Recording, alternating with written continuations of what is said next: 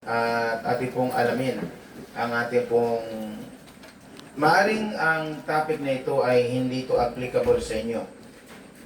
Sa lahat ng tao maaring hindi siya applicable. Sapagat pag sinabing hindi applicable, meron kasi kayong mga trabaho. Ibig sabihin, ang topic na ito ay para sa mga taong kailangan niya talaga ang Diyos. Now, tulad yung sa mga matagal na sa gawain ito o nakasama ko, ang hihilingin nyo ay magkaroon kayo ng kaalaman, karunungan. Sa tulad ng mga baguhan, hihilingin nyo. So anong hihilingin nyo ngayon, ngayong gabi? Ang ating pong tema ngayong gabi, ating pag-usapan ang Diyos ang tutulong sa atin. Sabi mo nga, Diyos ang tutulong. Diyos ang tutulong. Okay po. Pag Diyos ang tutulong, hindi na dapat tayo malinlang para magkapera. Hindi na rin tayo dapat gagawa ng kalokohan para magkapera. Kasi kung naniwala kayo ng totoo sa Diyos, dapat Diyos ang magkokontrol. Diyos ang dapat ang gagalaw sa buhay nyo, sa ating buhay. Now, ulitin ko, pag walang Diyos, ang isang tao ang gumagalaw sa kanya, sarili niya. Sarili niyang pamaraan, sarili niyang pag-iisip, sarili niyang diskarte. Ibig sabihin, yung mga taong ganon ay hindi namumuhay sa salita ng Diyos. So, danger ito. Pag ito'y katabi nyo, kasama nyo, danger ito sa buhay nyo. Amen po ba? Amen. Sabi mo nga, Diyos ang tutulong. Diyos ang tutulong. Kaya halimbawa, may kaso kayo at dinimanda kayo, pero kayo ay talagang hindi guilty. Wala kayong kasalanan. So, pag ang kaso ay nasa husgado na, so ang iyo magagawa na lang ay hihingi na lang ng tulong sa Diyos. Amen po ba? Amen. Sa trabaho, hihingi ka sa Diyos ng promosyon. Kung kayo po ay nanonood ng live ngayon ng government employee kayo, so humingi kayo ng tulong sa Diyos na kayo ma-promote. Kasi karapat-dapat kayong ma-promote kung kayo ay nagtapos ng kolehiyo at karapat-dapat din po kayong ma-promote kung kayo naging tapat sa Diyos at tapat sa inyong katungkulan. Sapagat pag humihiling po kayo na hindi naman po kayo ganun ang inyong katangian, ay matatagalan yon na ibibigay ng Panginoon sa inyo. Amen po ba? Amen. Halimbawa, may sakit kayo, hihiling kayo ng kagalingan sa Panginoon. Sapagat may mga sakit na hindi na kontrol ng doktor. O, mayroong karamdaman na dumadapo sa ating katawan na hindi na kontrolado ng doktor. Ibig sabihin, even doktor nagsasabing magdasal ka. Pag tinawag ng buong pamilya, at sinabihan kayong magdasal, ibig sabihin, oras na lang yan. Malapit na yan. Malapit na mawawala sa sanlibutan ito. So, halimbawa, negosyo nyo bumagsak. Pwede din po kayong humingi sa Panginoon ng tulong na ibalik ng Diyos ang inyong negosyo. Sapagat ang lahat namang negosyo ay galing sa Panginoon. Halimbawa, kayo ay kompleto na. Tulad dito ay kompleto na kayo. Ibig sabihin, may trabaho na kayo, tapos nagkaroon pa kayo ng amo na very supportive sa inyong pamilya. Okay? So mayroon na kayong mga posisyon. So kompleto na kayo. So anong inyong dasal? Mananatili kayong maging maliwanag ang kaisipan. Sapagkat pag may mga taong hindi maliwanag ang kaisipan, isang kalituhan lang ng demonyo, pwede kang mawala. Tatandaan nyo, walang taong sa sanlibutan ito na hindi nalilito at nililito. Dalawa lang yun eh. Kung hindi ka nililito, ibig sabihin maliwanag pa ang iyong mga panindigan. At maraming sa ating karanasan bilang tao, hindi pwedeng sa buhay na ito ay hindi po tayo malilito. Kaya may importante yung advice eh. Napaka-importante yung advice. Now, humingi pa din po kayo ng kayamanan sa Panginoon. Sapagkat ang kayamanan, ang siya pong, mahirap pong mamuhay ng mahirap. Alam nyo kaibigan, tatapatin ko kayo, mahirap yung kumain ka na lang routine dahil wala kang pambili. Mahirap naman din maging mayaman kasi baka magiging abusado ka. Kaya nga lagi kong sinasabi sa inyo, saan man kayo mapapadpad, dapat naka-incline. Tulad yun, mismo na po ako nagsabi sa mga taong dream job. Kung gusto nyo magtagal dito sa paggawang ito, kailangan ma-involve ang Diyos sa buhay nyo. So, ilan lang dumating? Dalawa lang sila. So, ibig sabihin, interesado na magtagal. Amen po ba? Amen. So, humingi din po kayo sa Panginoon ng kapatawaran sapagkat lahat tayo ay nagkasala. Walang taong hindi nagkakasala. Ano yung kasalanan na malimit na tayo magkasala? Sa isip. Ang isip natin malikot. Ang isip ng tao malikot. Ngayon, okay. Mamaya, hindi na okay. Mamaya, okay ang inyong tawanan. Bukas, hindi na okay. So, malikot ang isip ng tao. Minsan, ang isip ng tao ay mapaghiganti, mapanglamang, no? Bira kasing tao nag-isip na tutulong ako ngayon. Bira 'yon. Bira 'yon. Ang karamihan negative. Okay, so mga taong negative ang isip, no, 'yun ang mangyayari sa kanila ay dumaranas sila ng taghirap ng buhay. Amen po ba? Amen. So sigaw nyo nga, Diyos ang tutulong. Diyos ang tutulong. Now, Matthew chapter 6, verse 31 to 34. Humingi kayo, sabi dito, kaya't huwag kayong mabalisa tungkol sa inyong kakanin, inumin o darantin, sapagkat ang mga bagay na ito ang kinahumalingan ng mga taong wala pang pananalig sa Diyos. Alam ng inyong amang nasa langit na kailangan ninyo ang lahat ng ito. Ngunit, pagsumikatan ninyo ng higit sa lahat ang pagharian kayo ng Diyos at mamuhay ng ayon sa kanyang kalooban at ipagkakalob niya ang lahat ng kailangan ninyo. Kaya't huwag ninyong ikabahala ang para sa araw ng bukas sa kanan ninyong harapin kapag ito'y dumating, sapat na sa bawat araw ang kanyang mga suliranin. Okay, so sabi mo nga, Diyos ang tutulong. Diyos ang tutulong. Okay, so sa ating grupo ngayon, hindi natin kailangan ng tulong. Kasi financially, physically, spiritually, ang spiritual na buhay, hindi mo na pagtuunan ng pansin.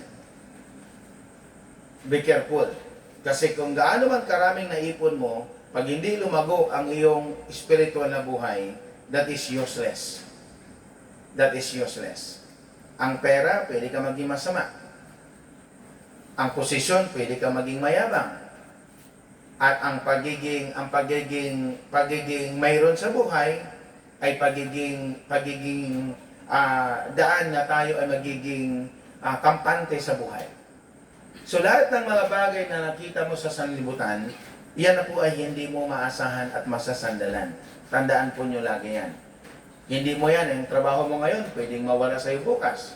Ang posisyon mo ngayon, pwedeng katanggalin. Kasi hindi mo yan hawak eh. Hindi mo hawak ang iyong hawak ngayon. Yan ay hawak ng ibang tao, hawak din ng Diyos. Ang mga bagay-bagay. So dito, pansinin nyo, sabi niya sa Matthew chapter 6 verse 31, kaya't huwag kayong mabalisa tungkol sa inyong kakanin, inumin o darantin. Madali po ang taong mayroon, ang taong may pera, ang taong may trabaho, ang taong mayaman, hindi po yan sila nababalisa. At hindi din po sila araw-araw hikahos. Pero yung mga taong walang trabaho, baon sa utang, bagsak ang negosyo, sila yung mga taong nababalisa. Sila yung mga taong may kaso, at yung kaso ay talagang halimbawa plunder at murderer or arson na mga kasong walang piyansa, sila yon natatakot, sila yung nababalisa. So yung mga taong may pera, may kapangyarihan, hindi na po yan sila nababalisa kasi mayroon sila. Now, pero itong katayuan ito po ang nagbibigay dahilan sa kanila na magiging easy na lang ang buhay nila. Pero yung mga taong araw-araw wala, araw-araw nangailangan, ito yung mga taong lumalago ang kanilang pananampalataya.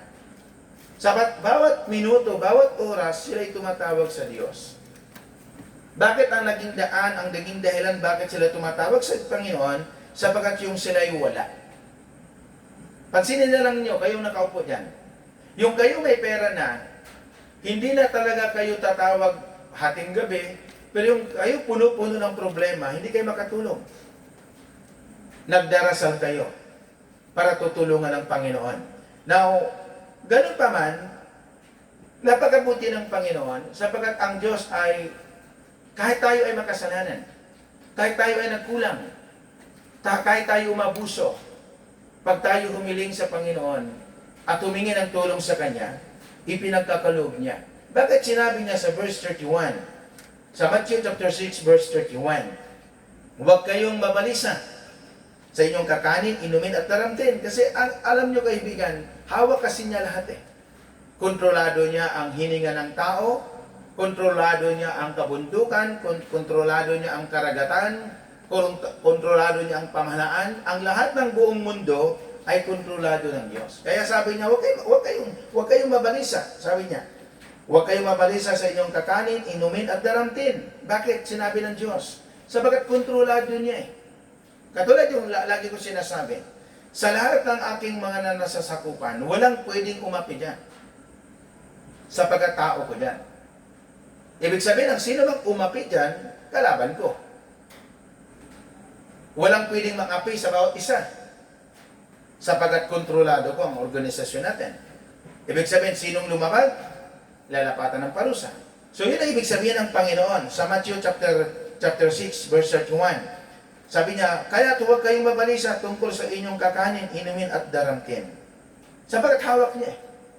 Hawak niya ang posisyon mo, hawak niya ang kayamanan mo, hawak niya ang trabaho mo, hawak niya ang hininga mo, hawak niya ang buong mundo.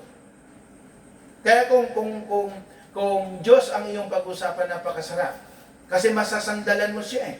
Then verse 32, sabi niya, sapagkat ang mga taong ito, ang kinumahilingan ng mga taong wala pang pananalig. So yung mga nababalisa, natatakot ng kanyang kakanin, ng kanyang bukas, ng kanyang pangarap, ng kanyang plano, ito yung mga taong hindi naka-align sa Diyos. Hindi siya naka-align. Ibig sabihin, pagising niya, wala siyang Diyos. Nagtrabaho siya, walang Diyos. Tumatakbo buhay niya, walang Diyos. Ito yung mga taong magpipray lang ito pag nanganib na buhay nila. Pero ganun pa man, sadyang napakabuti ng Panginoon sapagat kahit ganun ang ating kalagayan, pag tayo tumatawag sa Kanya, tumutugon siya agad-agad sa atin. Amen po ba? Amen. Now, sabi niya, ang mga taong walang pananalig sa Panginoon, sila yung nababalisa. At bato-bato sa langit, dumaan ka dyan. Dumaan ka dyan sa ganung buhay na isang araw, tulad ngayon, sa mga namamasukan, ay talagang indo ka pagdating mo 6 man. Kaya nga nakakagulat, pagdating ng 6 man, maiindo ka na, nagluko pa. Ibig sabihin, kaya nga sabi ko sa inyo, kung gusto nyo magtagal sa labanan sa sanlibutan ito, verse 33 ang kasagutan. Sa Matthew chapter 6, verse 33 ang kasagutan. Ngunit, pag sumikatan ninyong ng higit sa lahat, ang pagharian kayo ng Diyos. Yung salitang pagsumikatan, umatin ka, mag-church ka, magbasa ka, mag-Bible study ka, umatin ka ng Sunday. Ang tanong, nagbabasa ka ba? Kasi yung verse 33, kaibigan, ngunit pag sumikatan ninyo ng higit sa lahat ang pagharian ng Diyos. Ibig sabihin, bilang Ruel, dapat si Kristo ang naghari sa akin. At bilang Ruel, magsumikap ako na alamin ang kalooban ng Diyos. Magsumikap akong mapagharian ng Diyos. Magsumikap akong mapalapit sa Diyos. Magsumikap akong maging banal sa harapan ng Diyos. At magsumikap akong makasunod sa kalooban ng Diyos. At pag hindi nangyayari ang kabata, kaibigan, hindi pwedeng hindi ka mababalisa. Tatandaan mo yan. Pag wala yan sa'yo, halimbawa, hindi ka prayer woman. Okay? Hindi ka Bible reader. Okay? Hindi ka nag-church. Wala mangyayari sa buhay mo. Wala mangyayari. Kaya ang buhay mo magiging bantulot sa mundong ito. Sapagkat ang pakipag-ugnayan sa Diyos ang pakipagrelasyon sa Diyos at ang pakikinig sa Diyos at ang pagsunod sa Diyos at ang pagsaguni sa Diyos sa lahat ng iyong gagawin, yung mga taong pinagharian ng Panginoon. At pag hindi tayo pinagharian ng Panginoon, makikita mo yan eh. Anong palatandaan na pag hindi tayo pinagharian ng Diyos, hindi tayo magugustuhan ng mga tao. Hindi tayo magugustuhan na sila'y kasama natin. Hindi tayo pipiliin na sila makasama nila. Yun ang palatandaan na wala sa atin ang Diyos. Sapagkat pag ang Diyos ang naghari sa isang tao, kinalulugdan siya ng mga tao. Tingnan nyo, sa Luke chapter 2, yung sinasabi ko, sa Luke chapter 2, about sa mga taong pipili sa iyo, sa mga taong gugusto sa iyo. Hindi yung gugusto dahil gusto mo makipagrelasyon, hindi. Magugustuhan nila yung personality mo, magugustuhan nila ang pag-uugali mo, at magugustuhan nila ang mga suggestion mo. Ibig sabihin, ito yung mga taong kinalulugdan ng Diyos. Luke chapter 2, verse 52. Patuloy na lumaki si Jesus, umunlad ang kanyang karunungan at lalong kinalugdan ng Diyos at ng mga tao. Matthew chapter 6, verse 33, makikita po nyo kaibigan, ang sinasabi ng Panginoon. Sinasabi niya, ngunit pag sumikatan ninyo ng higit sa lahat, ang pagyarian kayo ng Diyos at mamuhay ng ayon sa kanyang kalooban. Yung salitang mamuhay sa kanyang kalooban means hindi ka sumusuway sa kanyang mga gusto. Amen? Example na lang kaibigan, kung para matest mo yung sarili mo, kung matest mo yung kinalugdan ka ba ng Panginoon. Simple lang yan eh. Sa rules and regulation. Ang mga taong pinagharian ng Diyos, hindi mahirap sumunod. Yun ang that is sign. Ang mga taong pinagharian ng Diyos, hindi mahilig sa kampi-kampi. At ang mga taong pinagharian ng Diyos, hindi mahilig sa sekreto. At ang mga taong pinagharian ng Diyos, makikita mo yan sa pamumuhay. Doon mo siya makikita. Ang mga taong pinagharian ng Diyos. Sapagat ang mga taong hindi pinagharian ng Panginoon, makikita mo yan sa pamumuhay araw-araw. Magiging katabi mo yan, malalaman mo yung takbo ng kanyang isip. Alam mo ba yung mga taong hindi pinagharian ng Diyos, kaya nga sabi ko sa inyo, mamili kayo ng kaibigan, magiging katabi, magiging kausap. Pag ang alam mo na ang taong ito ay hindi pinagharian ng Diyos, huwag ka nang sumama, huwag ka nang tumabi, at huwag ka nang makipag-usap dahil mai-impluwensyahan ka nito. Pag nai-impluwensyahan ka nito, magiging masama na nga tayo, mai-impluwensyahan pa tayo ng kanyang kasamaan, di lalo tayo magiging masama. Amen po ba? Amen. Amen po ba? Palakpakan natin ang Panginoon. Okay. So yung salitang pagsumikatan ninyo ng higit sa lahat, ang pagyarihan kayo ng Diyos at mamuhay ng ayon sa kanyang kalooban, ang ibig sabihin kaibigan, i-involve mo ang Diyos sa buhay mo. Kahit saan. I-involve mo sa plano mo, i-involve mo sa paglalakbay mo, i-involve mo sa pagtatrabaho mo, i-involve mo sa pagninegosyo mo, i-involve mo sa buong pagkatao mo. Sapagkat pag hindi mo i-involve mo lamang ang Diyos sa panahon ng nag-Bible study tayo, that is useless. Yan sinasabi ng Panginoon, yan sinasabi ni Pablo. Mentally, a physical present, but mentally absent. Maraming Kristiyano, ang galing sa loob ng church, pero pagdating sa pamumuhay, makikita mo, lumalabag sa batas. Hindi siya pwedeng ganon. Tatandaan mo, hindi siya pwedeng ganon. Okay? Sapagat sinasabi, ang paghahari ng Diyos, hindi sa pamagitan ng salita, kundi sa pamamagitan ng gawa. Gawa chapter 4, verse 20. Ang paghahari ng Diyos, hindi sa pamagitan ng salita, kundi sa pamamagitan ng gawa. Magaling ka nga mangaral, magaling ka nga kumanta, magaling ka nga mag-preach, kabisado mo ang Genesis hanggang pahayag. Pero kung kung ang may nanghihiram sa iyo, pinatutubuan mo, that is useless. Ang isang Kristiyano, hindi nagpapatubo kahit isang kusing pag may nanghihiram. Amen? Amen. Hindi naghahangad ng kapalit ang isang Kristiyano. Kaya nga, sabi ko sa mga taga-Dream Job, kung gusto nyo magtagal kasama ako, umatin kayo sa Bible study ito. Hindi para magpadami. Kung magpadami lang ako, di dapat ang video patungo sa inyo. Hindi ko pinapakita kayo kasi hindi basihan ang marami. Kahit isa lang. Ang basihan, basta magbago ka. Ibig sabihin, si Kristo ay naghahari. Pag sinabing naghahari si Kristo sa buhay mo at namuhay tayo ayon sa kanyang kalooban, iba na yung takbo ng ating isip. Hindi na magulong isip. Hindi na makasariling isip. Kasi kung magulo ang isip, that is means hindi pa naghari si Kristo sa buhay ng tao. At hindi na magulo ang plano. Kasi kung magulo ang plano, that is sign, hindi si Kristo ang nasa atin. Amen po ba? Amen. Okay, so Matthew chapter 6 verse 33, focus tayo doon.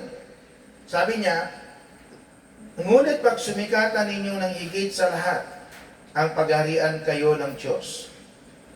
It means, pag sumikatan, trabaho mo yon. Obligasyon mo yon. Obligasyon mong manalangin, obligasyon mong magbasa, at tandaan yung salita ng Panginoon, obligasyon mong sumunod, obligasyon mong mag-church. Yun ang kailangan mo. That is sign. Ang sabi niya, pag sumikatan ninyo, at yung malaman mo na ang salita ng Panginoon, then dapat lalayo ka sa mga bagay hindi gusto ng Diyos. Pag hindi mo gagawin yung kaibigan, walang mangyayari sa pagsisimba mo. Kahit anong pang simbahan kapasukan mo. Walang kukontra na pastor kung may nanonood dyan. Kahit ano pang simbahan, kahit pinakasikat pang simbahan sa buong mundo, maging membro ka. Pero paglabas mong simbahan, hindi mo gagawin ang mga utos ng Diyos at gusto ng Diyos at salita ng Diyos, walang mangyayari sa buhay mo. Natandaan mo yan. Wala sa ganda ng simbahan. Wala sa tangkad, wala sa gwapo, wala sa galing ng pastor mangaral. Wala ho yun. Kahit hindi magaling yan, ang napakinggan mong salita, kahit isang salita lang, pag uwi mo sa bahay, ginawa mo, sinunod mo, iningatan mo, yun ang magpapalago sa buhay spiritual mo. Amen po ba? Amen. Amen po ba? Amen. Okay, so salitang pagsumikatan means, hindi ka pwedeng papitik-pitik, hindi ka pwedeng pa-absent-absent. Hindi pwedeng absent ka ngayon, atin ka ngayon, bukas hindi ka atin. Hindi pwedeng ganun.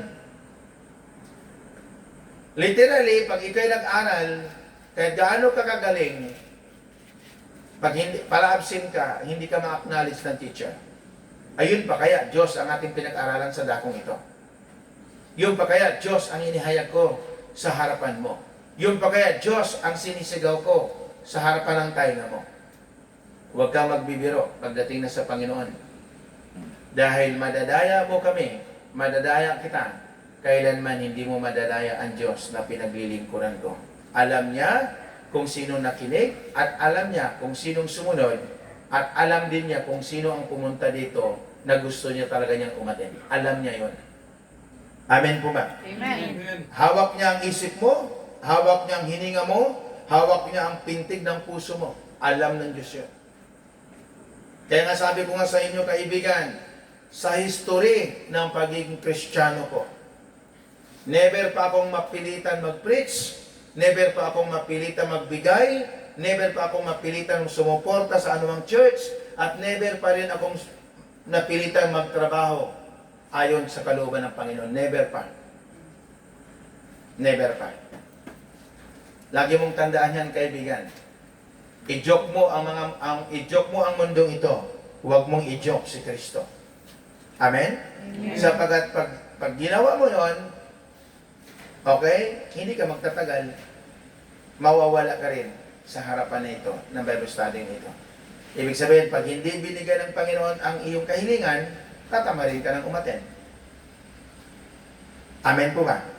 Okay, so ulitin ko po, yung salitang sabi niya sa 33, ngunit pag sumikatan ninyong ng higit sa lahat ang pagharian kayo ng Diyos at mamuhay kayo ng ayon sa kanyang kalooban. Mamuhay ng ayon sa kanyang kalooban. Then last verse sa 33, at ipagkakaloob niya ang lahat ng inyong kailangan. Ano ang benefits pag ikaw ay nagiging sandalan mo si Jesus, ang ating Diyos, nagiging parasimba ka, nagiging mapanalanginin ka, nag-aaral kanyang salita, at sumusunod ka ng kanyang salita. Anong sabi ni Jesus sa verse 33? At ipagkakaloob niya ang lahat ng inyong kailangan. Imagine mo yun. Anong benepisyo pag ikaw ay nakasunod sa kalooban ng Panginoon, nakasunod sa plano ng Diyos, ginagawa mo ang aral ng Diyos, ang salita ng Diyos, ipinamumuhay mo ang salita ng Diyos? No. Alam ng Diyos yun, kaibigan. Alam ng Diyos. Sabi niya sa verse 33, the last verse, at ipagkakaloob niya ang lahat ng kailangan ninyo. Ang tanong, kayo nanonood ng live at manonood ka sa video ito. Ang tagal ko na bilang membro ng simbahan, Pastor, o Brother Roel, bakit hindi po ako umunlad, hindi ako yumaman? Hindi mo tatanungin ang pastor. Hindi mo tatanungin ang Diyos. Tanungin mo ang inyong sarili. Kasi sa Matthew chapter 23, very clear ang sentence, ang salita ng Panginoon. Sabi niya, ngunit pag sumikatan ninyo ng higit sa lahat, ang pagharian kayo ng Diyos. Ibig sabihin, may time, inaantok kang umaten. Then, i-distract mo ang pagiging antukin mo. May time, wala kang ganang umaten. Huwag ka na umaten. Sapagat magiging pakitang tao lang yan. Sapat pag umaten ka sa gawain ng Panginoon, hindi ka nagmamadali. Hindi ka nagpo-question. Dapat nakikinig ka kasi pagkatapos mangaral ni pastor, o ni father, o ng obispo, o sino man mangangaral, dapat gagawin mo yun eh. Hindi yan basihan na riyan ka. Uulitin ko, hindi yan basihan na riyan ka. Ang basihan, pagkatapos ng aral, gagawin mo ba ang aral? Amen? Amen. Kasi bakit, example na lang, sa Joel chapter 2, verse 13, magsisi kayo na huwag pakitang tao. Magbigay kayo ng pusang loob. Eh kung pakitang tao ang larawan mo, paano mangyayari i-bless ka ng Lord? Paano mangyayari na pagpalain ka ng Lord? Sapagat sinasabi ng Panginoon sa verse 33, last verse, sabi niya, at ipagkakaloob niya ang lahat ng kailangan ninyo. Sabi niya, ipagkakaloob, pero mayroong isang utos. Ang sabi niya, ngunit pag sumikatan ninyo ng higit sa lahat, ang pagharian kayo ng Diyos. May utos. At hindi nag-utos yung pastor. Hindi nag-utos doon ang obispo. Hindi nag-utos doon ang professor ng Bible School. Ang nag-utos doon mismo si Jesus. Na pag sumikatan niyo, pagharian kayo ng Diyos. Ibig sabihin, pagsalitang pagharian, dapat ang Diyos ay nakapasok sa ating kalooban at namuhay tayo ayon sa kanyang kalooban at ginagawa natin ang kanyang mga utos sa ating mga buhay. Sapat pag ginagawa natin, kapatid, tatandaan mo, hindi mo kailangan ang backup. Hindi mo kailangan ang tulong ng tao. Hindi mo kailangan. Kusang dumarating yan. Pag ang Diyos ang na-please mo. Ito, bato-bato sa langit, kaibigan. Mahilig ang tao, i-please ang tao. Yan ang dapat mawala sa inyo. Kung gusto nyo pagpalain kayo ng higit pa sa mga pagpapalang dinadanas ko. Dapat hindi nyo ipiplease ang tao. Hindi yung magpapasikat ka sa tao, maggalingang-galingan ka sa harap ng tao, magbait-baitan ka sa harap ng tao, magsunod-sunuran ka sa tao. Tatandaan mo, kaibigan, useless yan ang sinasabi ko. Yan ay gawain ng mga taong makasanlibutan. Ang dapat mong gawin, i-please mo ang Diyos. Paano mo ma-please ang Diyos? Paano mo maitaas ang Diyos? Paano mo mapupurihan ang Diyos? Yung pagsunod mo lang sa simpleng panuntunan ng iyong organisasyon at pagiging tapat mo lang kung saan ka nanungkulan, na-place mo na doon ng Diyos. Naitaas mo na doon ng Diyos. Malimit sa tao, lagi ko nga sinasabi, huwag kang, kung gusto mong pagpalain, huwag kang sumandal sa kapangyarihan ng ibang tao. Sumandal ka sa kapangyarihan ng Diyos at mamuhay ka na ayon sa salita ng Panginoon. Sapagkat sinasabi sa verse 34, Matthew chapter 6 verse 34, kaya't huwag ninyong ikabahala ang para sa araw ng bukas. Sa kanan ninyong harapin kapag ito'y dumating, sapat na sa bawat araw ang kanyang mga suliranin. Alam niyo kapatid, hindi ko lang i-announce sa live o sa video ito. May isang pangyayari na nasaksihan ko kung gaano talaga kabuti ang Diyos. Sapagat may pangyayari sa aking buhay na mayaman, hindi siya nagwagi. Okay? Kasi klarado yung ginawa niya ay paglabag na sa karapatang pangtao. Kaya nilabanan ko siya ng kasuhan. O ngayon, hindi siya nagwagi. Kasi sabi ko sa Panginoon, patutunayan mo. Amen? Amen. Kaya lagi ko sinasabi, anumang katanyagan nyo, anuman kung kayo may nanonood ng live nito, kayo mapera, makapangyarihan, o kayo ay nasa mataas sa katungkulan, huwag kayong mang-api ng mahihirap na tao. Sapagkat balang araw, yung mga taong inaapi nyo, yun ang itataas ng Diyos. At kayo nang aapi, ibabagsak din kayo ng Panginoon. Tatandaan nyo lagi yan. Kaya lagi yung sinasabi sa mga staff ko, huwag kang mang-api na mga taong wala. Kasi galing ka din doon, yung ikaw din ay wala. Nangangailangan ka ng tulong ng tao. Amen po ba? Amen. Okay, so, anong kasiguraduhan na ang Diyos ang tutulong sa atin? Luke chapter 18 verse 7. Ipinakikita ng Biblia sa atin na sa pagpupursige natin sa Panginoon, minsan ang panahon ay hindi umaayon sa atin. Anong ibig sabihin? May mga time na napakasimple ang aral, hindi natin maintindihan. Ang dahilan, tayo ay hindi ready. Tayo ay pagod. Tayo ay kampante na. Kaya nga minsan hindi na natin maintindihan ang simpleng aral sapagkat tayo ay mayroon na, tayo ay kampante na. Tatandaan mo, be careful, my dear brothers and sisters. Mapalad ka na ikaw bumagsak na nanood ka sa video ito. At mapalad ka sapagkat kung hindi ako makapag-live, mas ikaw nagpupursige mag-live. At salamat sa iyong ipinadalang microphone. So makikita mo yan sa gawain ng TikTok, no? Pinadalang kasi niya ako ng microphone, no? At siguro baka parang malinaw, no? At pag hindi nakapag-live, walang live, siya yun nagtatanong. Mapalad ka, makinig ka lang mabuti. Ipapanalangin kitang ibalik ng Diyos ang iyong negosyo. At pag ibalik ng Panginoon ang iyong negosyo, iwas ka na sa lahat ng iyong ginagawa dati. Iwas ka na. Magbago ng tuluyan. Magpakumbaba sa harapan ng Diyos.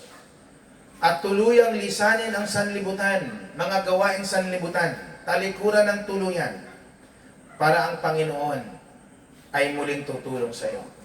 Then I pray, sister, sa pagiging porsigido mong manood ka sa video ito, at sa gawain ito, I pray, ibabangon ka ng Panginoon ulit. Bakit? Kasi ako man din dati ay bumagsak.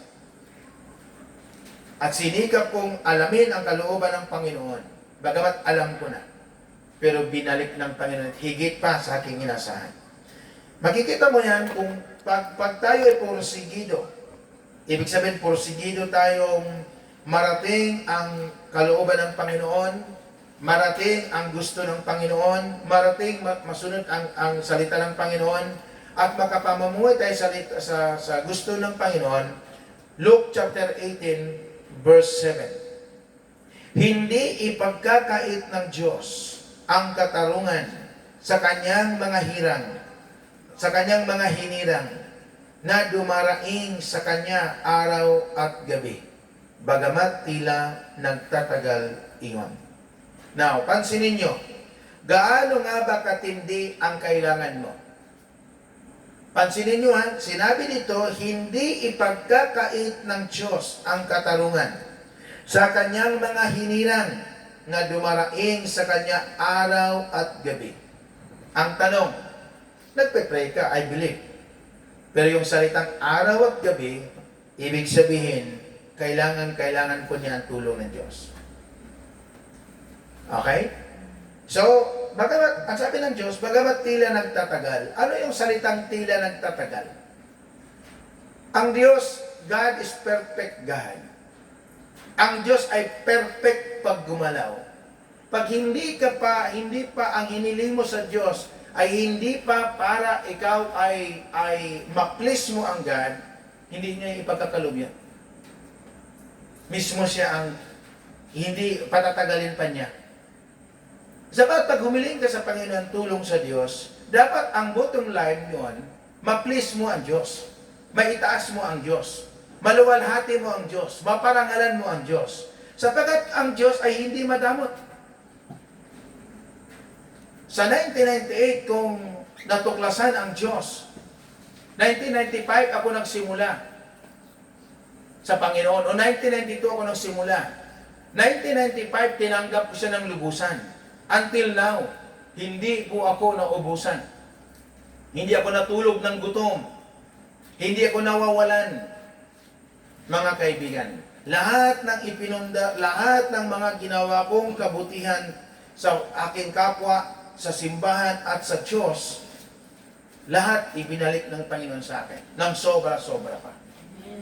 Amen? Amen. Kaya lang, ini-encourage ko kayo, pag pumunta kayo sa gawain ng Panginoon, dapat klarado ang pinuntahan nyo. Pumunta kayo sa simbahan nyo, hindi dahil para i-please kayo ng pastor. Dapat pumunta kayo sa simbahan nyo para ang Diyos ay purihin nyo. Sapat kung hindi ganun ang inyong pagpunta, useless. Useless. Ako yung pastor na hindi lang uuto ng membro. Amen?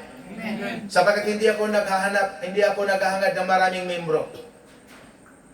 Ang hinahangad ko, ang lahat ng maturuan ko ay magiging Kristiyano at hindi magiging pasaway sa mundong ito at hindi maging pasaway sa magulang, hindi maging pasaway sa kapatid at hindi maging pasaway sa kanyang amo o sa kanyang manager o hindi maging pasaway sa pamahalaan. Amen? Amen. Anihin mo man kung milyon-milyon kayong membro, pero lahat naman kayo pasaway, walang kwenta din yan. Amen po ba? Amen. Purihin natin ang Panginoon, palakpakan natin ang Diyos. Hallelujah. Sabi mo, praise the Lord. Praise the Lord. Okay, pag sinabi mong praise the Lord, that is, pinipraise mo ang God. Itinataas mo ang God. At ipinaramdam mo sa iyong katabi na ikay Kristiyano. Amen? Amen. Ang tanong, kailan ka huling nag-praise the Lord? Sa harapan ng mga tao. That is tanong. Isang tanong na ikaw makakasagot. Amen? Amen. Pag sinabi mong praise the Lord, tinataas mo si God. Ang mga Kristiyano, kahit may pagsubok, kahit wala nang makain, nagpe-praise the Lord pa rin. Hindi niya ikakahiya ang kahirapan. Dahil sa isang Kristiyano, ang kahirapan ay challenge sa kanya para umahon siya sa kanyang kinalalagyan. Amen po ba? Amen. Sigaw nga kayong, yayaman din ako. Yayaman din ako. Gusto mong yumaman? Taas ang kamay, gustong yumaman.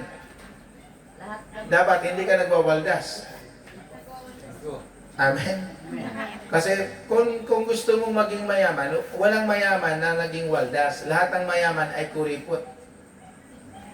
Amen po ba? Amen. Sabihin mo, maging kuripot ako. Magiging ako. Pero maging bukas palad ako sa simbahan, Sa simbahan. sa aking kapwa. Sa aking kapwa. Kuripot ka sa iyong sarili. Pero hindi ka maging kuripot sa simbahan at hindi ka maging kuripot sa iyong kasamahan, sa iyong kapwa. Ang tanong, bibigyan ba kayo, dapat pa ba kayong tulungan dito? Hindi na kayo dapat tulungan. Bakit? mayroon na kayong trabaho, libre pa. Saan ka ba makahanap yun? Libre pa ilaw, libre pa kuryente, libre pa tubig, libre pa kain. Amen? Amen. Amen po ba? Amen. Pero pag utusan ka, hindi libre. Ikaw makasagot yun.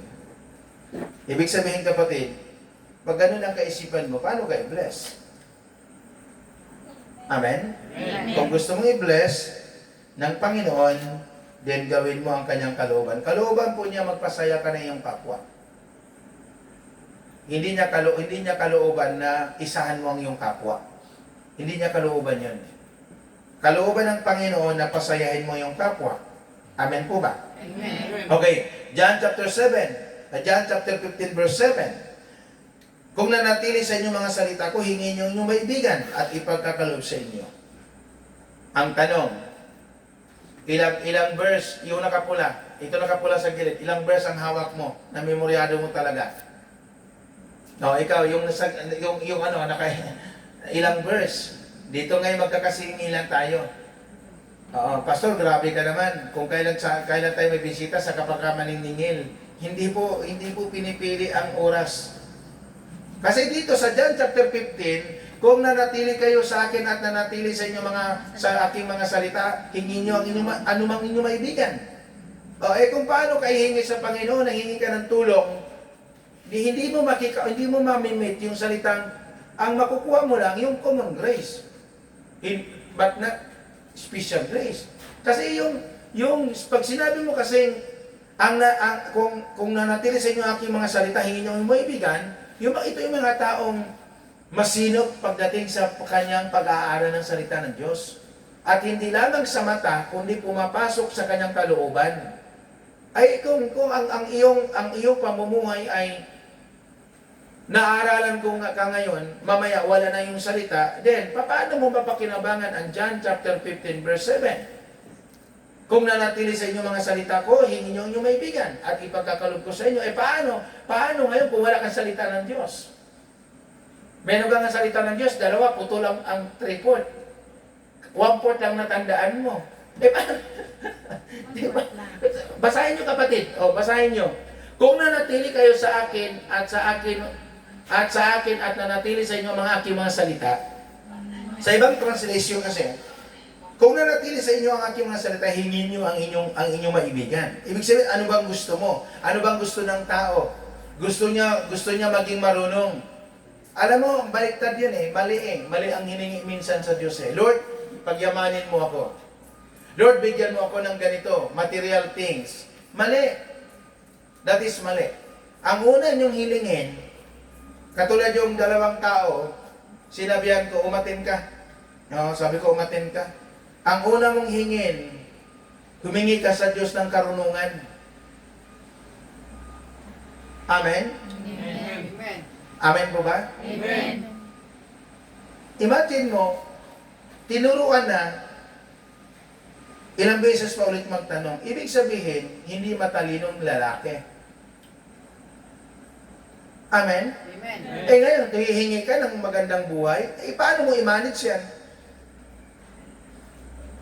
Nakuha niyo mga college? Paano mo i-manage? Humingi ka ng kayamanan, pero hindi ka naman humingi ng karunungan. Kasi ang una mong hihilingin, hindi kayamanan, hindi material. Ang una mong hihilingin, magkaroon ka ng karunungan mula sa Panginoon. Then pangalawa, magkaroon ka ng kaalaman tungkol sa salita ng Panginoon. Sapagkat pag magkaroon ka ng karunungan na pamaraan ng Diyos at magkaroon ka ng karunungan sa pagsunod sa kalooban ng Diyos, wala kang problema. Sa Matthew chapter 6 verse 33, wala kang problema. Kaya nga sinasabi ko sa iba dalawang lalaki, umatin ka. Umatin ka. Kawawa ka, sabi ko. Magkapilian na manggagawa, talsik ka. Totoo yun. Kung magkakapilian, halimbawa magkakahigpitan, talsik ka. Amen po ba? Amen. Hihingi ka ng kayamanan, hindi ka marunong mag-manage. Paano lalago? Naintindihan niyo mga kuya ate? Paano lalago? Halimbawa, gusto mo maging bisor. Hindi mo nga kayang pamunuan yung iyong pamilya. Amen? Amen. Gusto mo maging manager, hindi mo nga kayang pamunuan yung iyong mga anak. Paano mangyari yun? Pag gusto mo maging manager, gusto mo maging bisor, dapat kaya mong i-manage ang iyong anak, ang iyong kapatid, ang iyong mga kasamahan. Yun ang ibig sabihin. Hindi pwede, kaibigan, hihingi ka sa Panginoon. Ang Diyos ay willing tumulong. Kaya nga sabi niya, kina-challenge pa nga niya humingi kayo at kayo bibigyan, humanap kayo at kayo makakasumpong, kumatok kayo at ang pinto'y bubuksan. Matthew chapter 7 verse 7. So ibig sabihin, ang Diyos ay willing tayo tulungan, willing din tayong iahon sa ating kinalalagyan, at willing din siya tayong patatagumpayin sa ating mga layunin sa buhay. Pero may isang kondisyon. Ang kondisyon ng Panginoon, sa verse 33, ay kailangan ikaw ay magsumikap. Magsumikap. Na ang tanong, ito yung lagi kong tanong sa inyo, lagi ko sinasabi sa inyo mga kaibigan, bilang mga baguhang mananampalataya, marami pa kayong paglalakbayan na inyong lalakbayan at marami pa kayong mga bagay na inyong lampasan at marami pa kayong mga bagay na inyong susulungin. Ibig sabihin, marami pa kayong mga problemang pagdadaraanan. At yung problema na yun, dalawang layunin. Pwedeng gamitin ng Diyos para magtagumpay ka at pwede rin gamitin ng demonyo para ikaw ay matalo.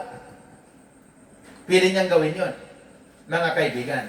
Sapagat ang Diyos ay Diyos ng makatarungan.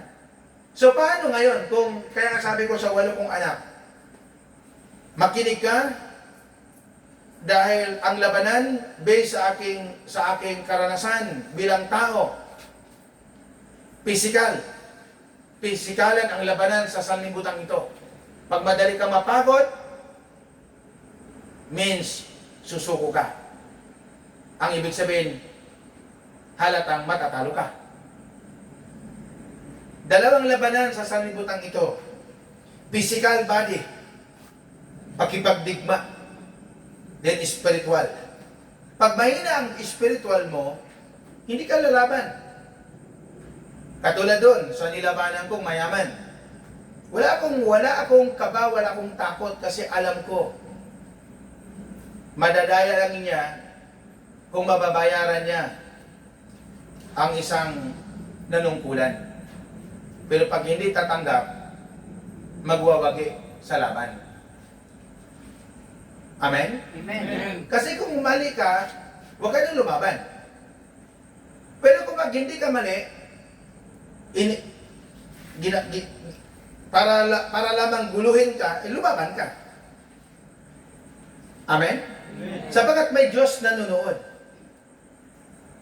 Amen po ba? Amen. So, pag hindi ka really physical, talo ka. Talo ka. Sa labanan sa mundong ito, talo ka.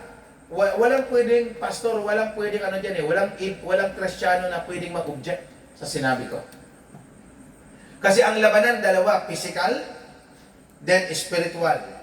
Pag malakas ang spiritual mo, kahit magaano katinding problema ang hinaharap mo, easy lang yan sa'yo.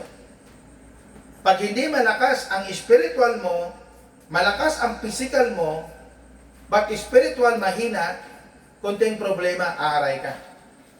Susuko ka agad. Bakit? Kasi walang magtutustos ng kaalaman habang ikay humaharap sa labanan. Pag makipagdigma ka, kuya, ate, brother, sister, at pastor, pag makipagdigma ka sa sanlibutan ito, dapat physical mo, i-ready mo, at spiritual, i-ready mo.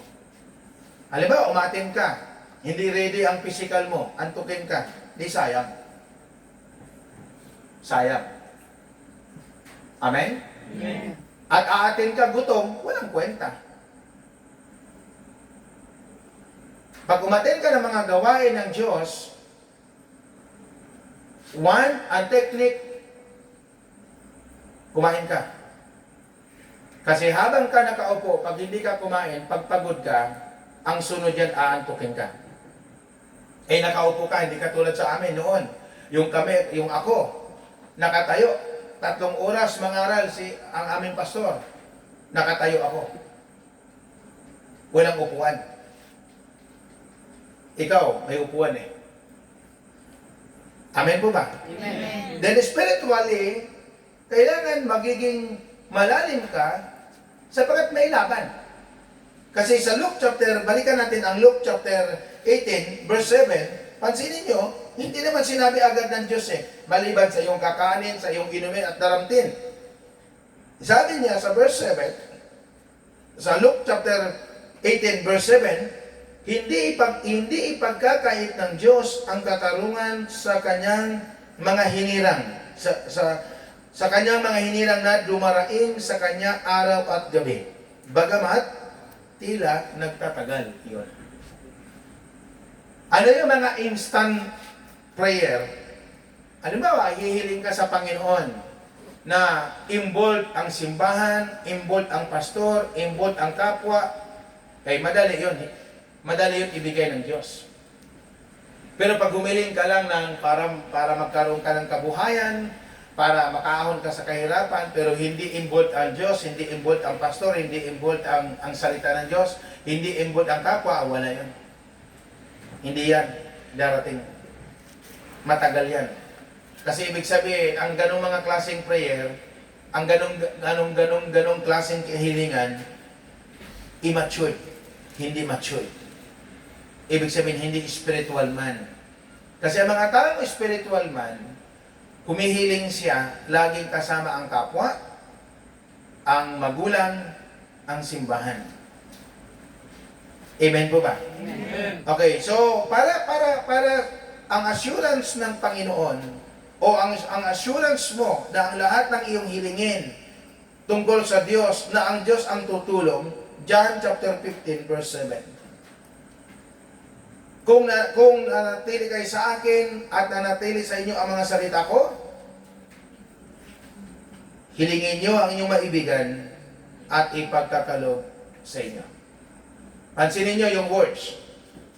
Para mayroong assurance, mayroong kasiguraduhan na ang lahat ng inyong gugustuhin, ang lahat ng inyong hilingin, ang lahat ng inyong hiyaw at sigaw, at pagsabi mo ang Diyos ko, tulungan mo ako, na ang Diyos ay darating agad. No? John chapter 15 verse 7. Kung nanatili kayo sa akin. Anong ibig sabihin yung salitang nanatili? Nasa loob ka ng iglesia, mayroon kang sinasamang iglesia, active ka sa mga Bible study, active ka sa mga program ng simbahan, sumusunod ka sa kalooban ng Panginoon, ang mga salita ng Diyos ay sinusunod mo.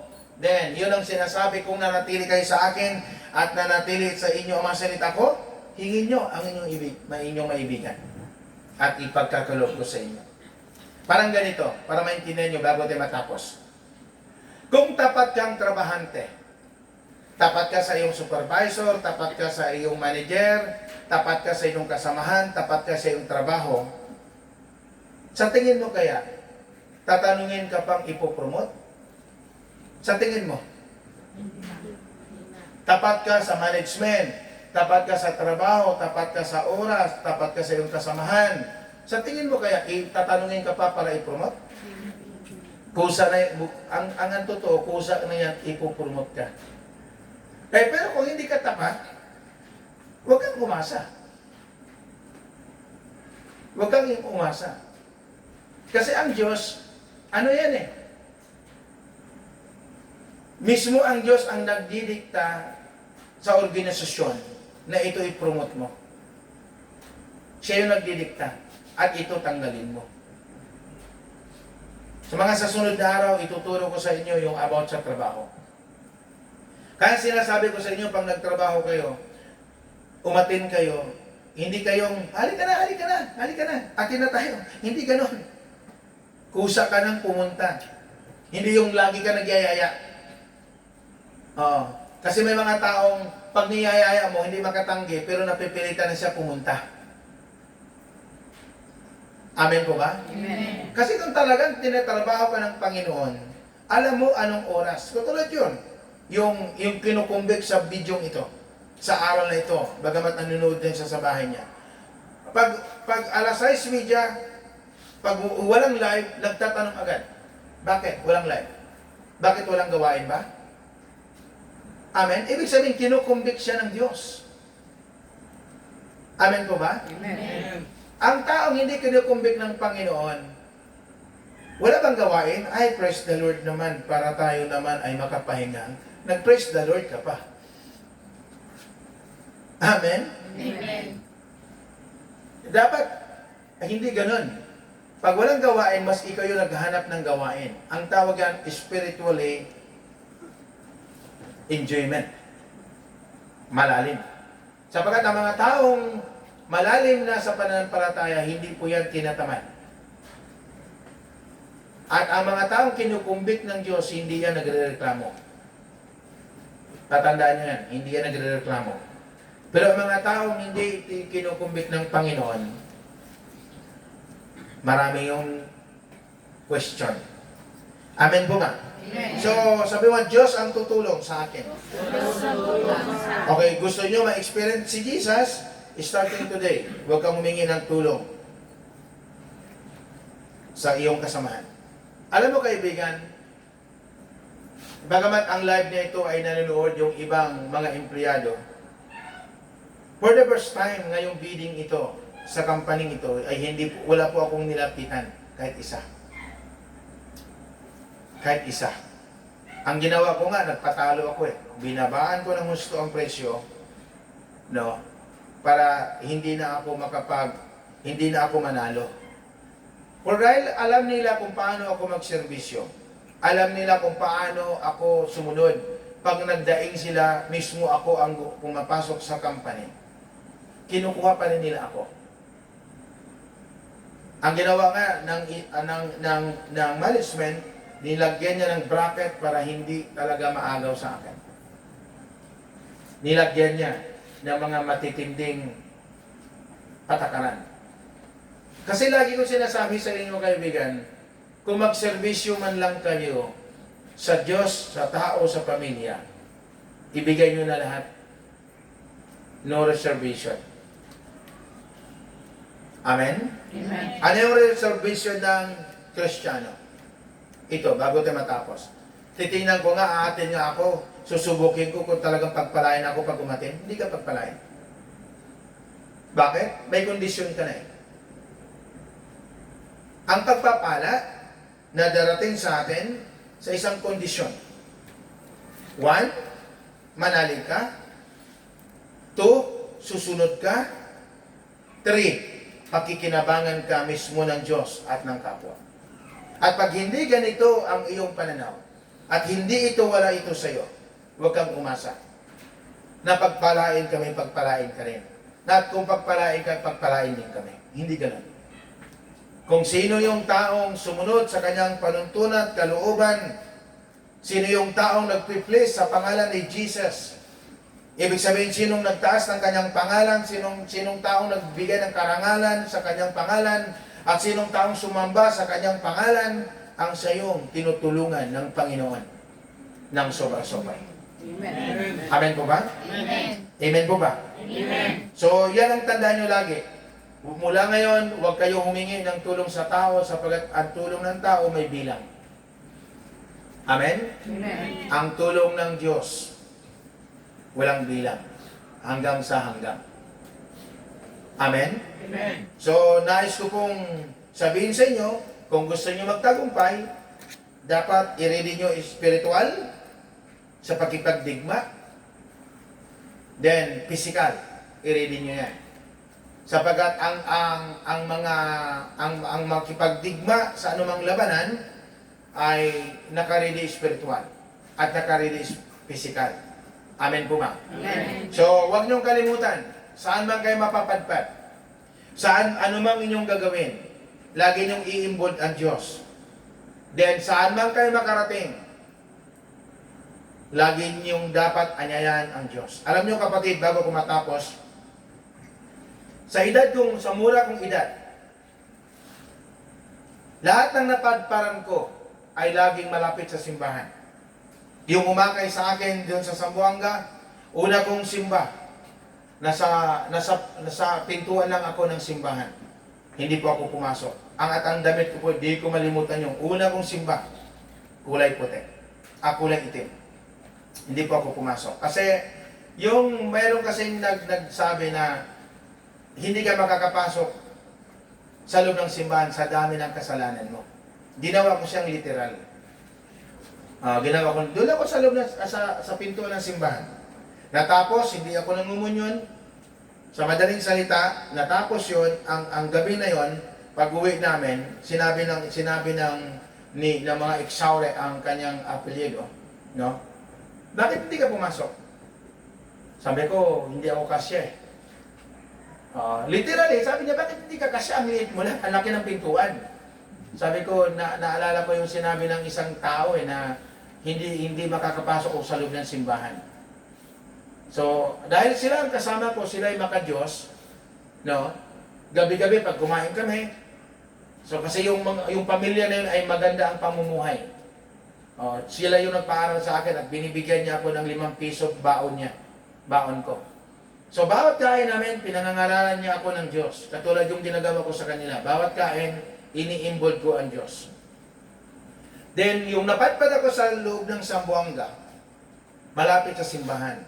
Yung napadpad ako ng hindi na Zamboanga, ibang lugar, malapit din sa simbahan. Yung napadpad, yung tinitira namin Hall of Justice, malapit sa simbahan. Siguro mga dito lang hanggang dyan. Sa likod niyan. Yung pinapadiran. Yung lumipat naman ako ng simbahan, ng lugar, malapit naman sa simbahan. Yung lumipat ako dito sa Muntinlupa, malapit sa simbahan. Yung lumipat ako doon sa Zapote, malapit sa simbahan. Yung lumipat ako sa Las Piñas, malapit ang simbahan. Sa ilang lipat ko, ako na ang gumawa ng simbahan. Amen? Bakit? Ibig sabihin, pag ikaw'y ginabayan ng Panginoon, saan ka man mapunta, hahanapin mo simbahan. Amen? Amen. Hahanapin mo ang kanyang salita. Akala nyo kapatid na bagamat may tumulong ang ating manager, ginawa niya ako ng account ng YouTube, nanonood din ako ng ibang YouTube ng salita ng Diyos at nanonood din ako ng YouTube ko. Ano ibig sabihin? Ultimo, salita, ipinangangaral ko, binalikan ko. At ang mga nangangaral sa ibang sekta, nakikinig ako. Amen? Amen. Pero ikaw, iwan ko lang. Kapatid, kasi yung salita, pag sumikatan ninyo ng higit sa lahat mapagarian ng Diyos, ang ibig sabihin niyan, naghahanap ka ng katugunan o salita ng Panginoon, hinahanap mo yan sa buhay mo. Hindi, ulitin ko kapatid, hindi po rason na may problema ka na hindi ka aatin ng Bible study. Hindi din po rason kung namatayan ka, hindi ka magsisimba. Hindi rason kung magkasakit ka, hindi ka umaten sa obligasyon mo sa Panginoon. Hindi siya rason. Hindi siya rason. Kung gusto nyo magtagumpay sa buhay at magtagumpay bilang isang Kristiyano, then walang rason pagdating sa gawain ng Panginoon. Dapat lagi kang gutom. Amen po ba? Ulihin natin ang Panginoon. Hallelujah. So, John chapter 15, verse 7, kung nanatili kayo sa akin at nanatili sa inyong mga salita ko, sabi ni Jesus, singin nyo ang inyong maibigan at ipagkakaloob ko sa inyo. Wow, sarap yun. Sabi niya sa Matthew chapter 6, verse 33, at ipagkakaloob niya ang lahat ng inyong kailangan. Ano bang kailangan ng tao sa mundong ito? Kailangan niya ng pera. Kailangan niya ng sasakyan. Kailangan niya ng bahay at lupa. Kailangan niya ng stable na trabaho. Kailangan niya ng kapayapaan. Kailangan niya ng mga bagay-bagay na material. Amen po ba? Amen. Di ba pag sinabi mo, pag mayaman, ang standard ng mundo, mababaw. Pag mayaman, pag sinabing mayaman, maraming pera, magandang kasuotan, maraming sasakyan, maraming lupain, maraming negosyo. Hindi po ganun ang standard ng Diyos. Ang standard ng Diyos, ang tinutukoy niya kayamanan, ang iyong kalooban ay puno-puno ng kanyang salita at ang iyong kalooban ay nababago ng kanyang salita. Yun ang taong mayaman sa tingin ng Diyos. Amen. Amen? Amen. Mayaman ka nga. Literally, wala ka namang kasundo. Paano mo mapiplace ang Diyos? Amen? Amen. Mayaman ka nga. Wala ka namang kasama. Paano mo maitataas ang Diyos? Mabibigyan karangalan ng Diyos. Mayaman ka nga. Pag may humingi ng tulong sa iyo, nagtatago ka. Amen? Amen. Wala din kwenta yun. Amen po ba? Amen. Ang tinutukoy na kayamanan na tinutukoy ng Diyos, ito yung mga taong espiritual. Maraming taong nakatabi. Maraming taong naaralan. Ibig sabihin, magpakayaman tayo sa salita ng Diyos at magamit tayo ng Diyos sa kanyang kaluwalhatian at mabibigyan natin ang Diyos ng karangalan upang ang Diyos maraming taong sasamba sa kanyang kadagalaan. Tayo po manalangin. Hallelujah, Jesus. Oh, glory to God. Glory to Christ Jesus. Makapangyarihang Diyos sa mga oras na ito. Marami pong salamat sa pagkakataon ng iyong salita. Ipagkaloob mo po na buksan mo ang aming kalooban, buksan mo, Panginoon, ang aming kaisipan, pananahanin mo ang iyong kapangyarihan, ang iyong banal na Espiritu, at ang iyong salita sa aming pagkatao. Upang sa ganun, Panginoon, kami iyong mapapakinabangan upang mabigyan ka namin ng karangalan. Kaawaan mo po at tugunin at tulungan ang mga taong nanonood ng live na ito. But hindi ko man sila kilala, hindi ko man nakita ang kanilang mga sitwasyon sa buhay. Pero ikaw, Panginoon, ang siya kong ipinangalangandakan sa mga taong aking nakausap, sa mga tao sa aking harapan, at sa bidyong ito, na ikaw ang Diyos ang tumutulong sa mga taong humihiling ng awa at sumisigaw ng tulong sa inyong pangalan. Batid mo po, Ama, anumang ang kanilang sitwasyon. Hinihiling ko po, Ama, sa inyo ngayong gabi, na kahabaan mo po sila, kahabagan mo po sila, kung paano mo kami pinagpala sa dakong ito, ay pagpalain mo rin ang kanilang katayuan. Akin pong idinudulog, Panginoon, sa mga taong nanonood ng bidyong ito. Kung bumagsak ang kanilang kabuhayan, muli mong pagkatiwalaan. Kung nagkasala, muli mong patawarin. At kung nalinglang, ay magbigyan mo ng kapayapaan, Panginoon. Sa mga oras na ito, Lord, sa mga taong nanonood na walang-wala, buksan niyo po, Ama, ang iyong durungawan ng langit at ibuhos mo po sa mga taong nanonood ng live na ito ang iyong habag, ang iyong awa, ang iyong kalinga. Ipagkaloob mo po, Ama, sa kanila ang kanilang immediate pangangailangan. Lalong-lalo na, Panginoon, kung sa kanilang katayuan ngayon ay walang maisain. Magpadala ka ng mga taong makatulong. Magpadala ka ng instrumento, Ama. Sapagat kayo ay Diyos na buhay. Kayo ay Diyos na makapangyarihan. Amen. Kayo ay Diyos higit sa sapat. Kayo ay Diyos na nakakita ng aming kalagayan. Payagan mo po, Ama, na ang bawat bibig ay makapagsasabing, Diyos ko, tulungan mo kami. Maging ang mga nanood sa ospital, ang mga tinaningan na ng buhay. Kung si Ezekias ay iyong pinatawad, kung si Ezekias ay dinugtungan mo pa ng 15 taon, Panginoon, kung may nanonood at nanonood sa video ito, dalangin ko pong iunat mo ang iyong mapagpala at mapaghimalang pangalan, ang iyong kamay, Panginoon. Hipuin ang lahat ng may karamdaman at ipagkaloob mo po, Ama, ang kagalingan mula ulo hanggang talampakan. Akin pong idinudulog, Panginoon, ang mga tao sa aking harapan. Naway pasukin mo ang katauhan, ang bawat tao ngayon narito sa iyong harapan. Manahan ka sa kanilang katauhan, manatili ka sa kanilang mga buhay. Upang sa ganun, sa pang-araw-araw naming buhay, Panginoon, Ikaw, O Diyos, ang maitaas. Ikaw ang maluwalhati. Amen. Ikaw ang maparangalan. Ikaw ang aming masunod. At Ikaw, Panginoon, ang aming katakutan.